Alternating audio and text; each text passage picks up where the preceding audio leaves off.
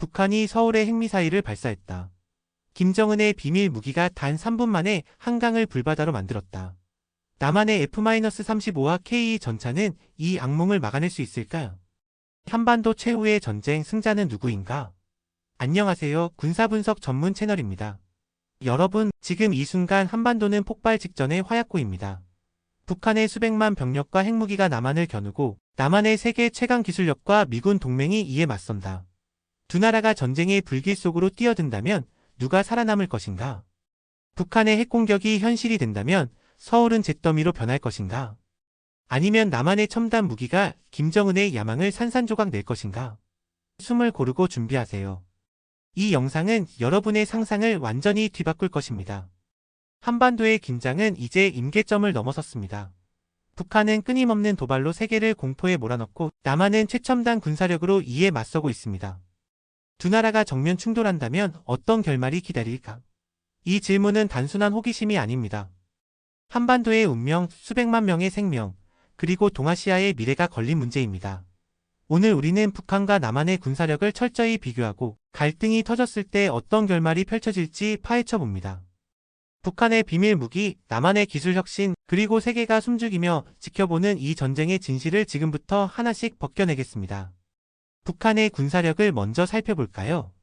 북한은 약 130만 명의 병력을 보유한 세계 최대 규모의 육군을 자랑합니다.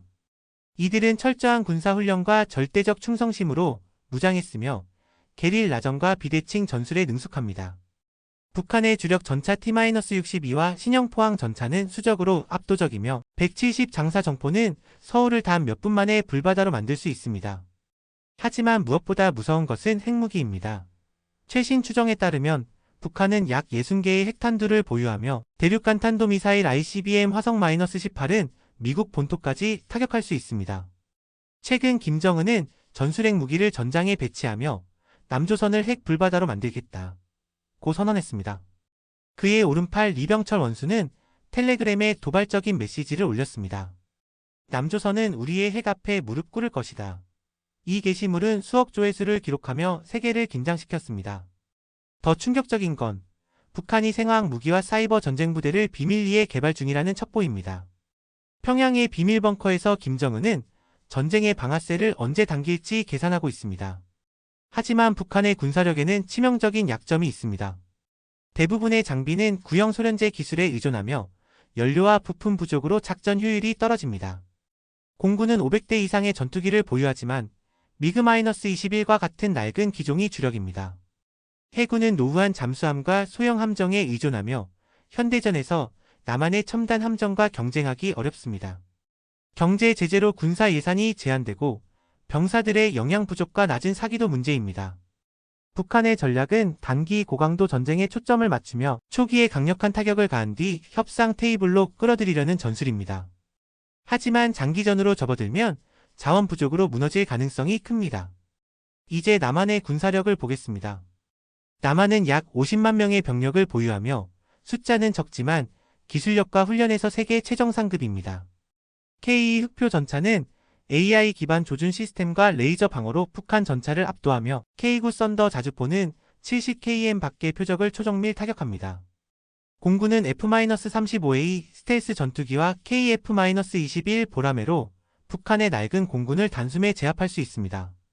해군은 세종대왕급 이지스 구축함과 장보고-III 잠수함으로 북한의 해군력을 무력화하며 현무-4 잠수함발 사탄도미사일 SLBM은 평양의 지휘부를 정밀 타격할 수 있습니다.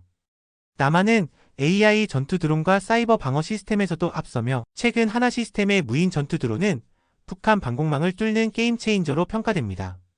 남한의 최대 강점은 미국과의 동맹입니다. 주한미군 28,000명과 B-2 스텔스 폭격기 니미츠급 항공모함은 북한의 치명적 위협입니다. 하지만 약점도 있습니다. 서울은 DMZ에서 불과 50km 떨어져 있어 초기 포격에 취약합니다. 징병제 기반의 군대는 장기전에서 사기 저하 가능성이 있습니다. 남한의 전략은 첨단 기술과 동맹으로 북한 지휘부를 빠르게 무력화하고 전쟁을 단기간에 끝내는 것입니다. 하지만 초기 피해를 최소화하는 것이 핵심입니다. 이제 상상력을 발휘해 볼까요? 북한이 전면전을 시작한다면 DMZ에서 포성이 울리며 북한의 장사 정포가 서울 강남을 무차별 포격합니다. T-62 전차 부대가 남쪽으로 돌진하지만 K2 흑표 전차와 K9 썬더가 즉각 반격하며 전선을 붕괴시킵니다. 하늘에서는 F-35와 KF-21이 북한의 방공망을 초토화하고 세종대왕급 구축함이 동해에서 북한 잠수함을 격침합니다. 북한이 전술핵 무기를 준비하지만 현무-4 미사일이 평양의 벙커를 정밀 타격하며 김정은의 계획을 무너뜨립니다. 미군의 B-2 폭격기가 추가 타격을 가하며 북한군은 혼란에 빠집니다. 이 전쟁 단 48시간 만에 남한의 승리로 끝날 수 있을까? 또 다른 시나리오를 상상해 봅시다. 북한의 비대칭 전쟁이 발발한다면 북한 특수부대가 DMZ를 넘어 여의도를 습격하고 사이버 공격으로 삼성전자와 카카오뱅크 서버가 마비됩니다. 하지만 남한의 AI 방어 시스템이 해킹을 차단하고 하나의 무인 드론이 특수부대를 추적해 섬멸합니다. 서울 시민들은 텔레그램과 카카오톡으로 단결을 다짐합니다. 대학생 지은이 텔레그램에 올립니다. 북한의 도발에 굴복하지 않겠다. 한국은 강하다. 그녀의 게시물은 수억 조회수를 돌파하며 국민의 사기를 북돋웁니다. 부산의 어부민수가 카카오톡에 외칩니다. 우리 바다는 평화로워야 한다. 전쟁을 멈춰라. 그의 메시지는 수천만 조회수를 기록하며 평화를 호소합니다. 국제사회는 혼란에 빠집니다. 워싱턴은 주한미군을 증파하며 북한은 대가를 치를 것이라 경고합니다. 백악관에서 대통령이 긴급회의를 소집하며 군사 지원을 약속하지만 내부에서는 중국의 개입을 우려합니다. 베이징은 공식적으로 중립을 선언하지만 비밀리에 북한의 드론과 미사일을 지원합니다. 중국 장군 리웨이가 텔레그램에 올립니다. 한반도 전쟁은 우리의 기회다. 그의 게시물은 수백만 조회수를 기록하며 긴장을 고조시킵니다. 러시아는 북한에 사이버 무기를 제공하며 지역 불안을 부추깁니다. 나토는 브뤼셀에서 회의를 열고 한반도 전쟁은 세계를 위협한다며 중재를 제안합니다. 프랑스 대통령 마크롱은 평화협상이 필요하다고 촉구하지만 김정은은 이를 조롱하며 추가 미사일 실험을 감행합니다. 전쟁의 공포는 민중을 뒤흔듭니다. 서울 강남의 시민들은 공습경보 속에서 지하철역으로 대피합니다. 한 어머니가 아이를 안고 텔레그램에 올립니다. 우리 아이에게 평화를. 그녀의 눈물은 수백만 조회수를 기록하며 세계를 울립니다. 평양의 주민들은 전쟁의 공포 속에서 생존을 위해 숨어듭니다. 한 청년이 몰래 텔레그램에 올립니다. 우리는 전쟁을 원하지 않는다. 그의 메시지는 국제사회에 퍼지며 희망을 전합니다. 한국의 K-POP 스타 지민이 텔레그램에 올립니다. 전쟁이 아닌 평화를 선택합시다. 그의 게시물은 전 세계로 퍼져나가며 평화의 목소리를 높입니다. BTS의 리더 RM도 카카오톡에 메시지를 올립니다. 한반도는 하나다. 평화를 위해 싸우자. 그의 메시지는 수억 조회수를 돌파하며 글로벌 팬덤을 결집시킵니다. 전쟁은 경제를 뒤흔듭니다. 삼성전자의 주가는 폭락하고 현대자동차 공장은 생산을 중단합니다. 서울 명동의 상점들은 문을 닫고 관광객은 사라집니다. 하지만 한국인의 단결은 세계를 놀라게 합니다.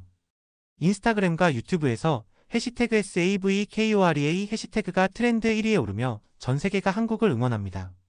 한편 북한 내부에서는 반발이 커집니다. 평양의 한 노동자가 텔레그램에 몰래 올립니다. 김정은은 우리를 죽음으로 몰고 간다.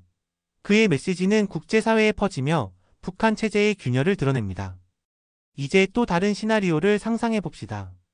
북한의 전쟁 경제 붕괴가 발생한다면 북한은 전쟁 초기 서울을 포격하며 기세를 올리지만 남한의 사이버 공격이 북한의 전력망과 은행 시스템을 마비시킵니다. 국제 제재로 연료가 바닥나고 북한군은 굶주림 속에서 전투력을 잃습니다.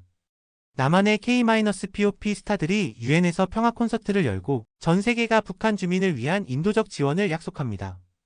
평양의 한 학생이 텔레그램에 올립니다. 우리는 자유를 원한다. 그의 메시지는 수백만 조회수를 기록하며 북한 내부의 반체제 움직임을 촉발시킵니다.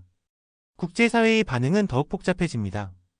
일본은 한반도 전쟁을 기회로 사마 군사력을 증강합니다. 도쿄에서 총리가 선언합니다. 일본은 지역 안정을 위해 행동할 것이다. 하지만 이는 중국의 반발을 불러옵니다. 베이징은 동해에 항공모함을 배치하며 외세의 간섭을 용납하지 않겠다고 경고합니다. 러시아는 북한의 드론과 사이버 무기를 지원하며 미국의 패권을 막겠다고 선언합니다. 유럽연합은 제재를 강화하며 북한의 핵 도발은 용납할 수 없다고 비판합니다. 유엔 안보리에서는 미국과 중국이 격렬히 충돌하며 평화협상은 교착 상태에 빠집니다. 한반도 전쟁의 여파는 세계로 퍼져갑니다. K-POP 콘서트는 전 세계의 팬덤을 결집시키며 평화의 메시지를 전합니다. 삼성전자는 전쟁 중에도 AI 드론 개발을 가속화하며 글로벌 방산 시장에서 주목받습니다. 하지만 전쟁의 상흔은 깊습니다.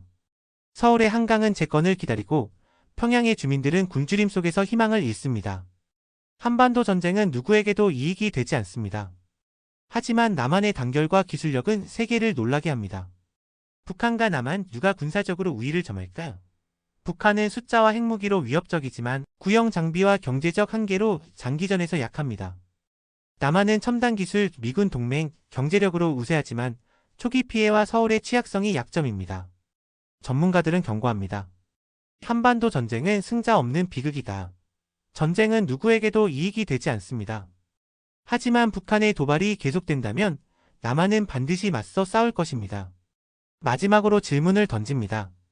북한과 남한 누가 이길 것인가? 전쟁인가 평화인가? 한반도의 미래는 어디로 향할까?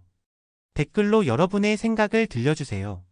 이 영상이 흥미로웠다면 좋아요와 구독 버튼을 꼭 눌러주세요. 다음 영상에서는 북한의 비밀, 사이버 무기와 남한의 대응 전략을 파헤쳐 보겠습니다. 그럼 다음에 만나요.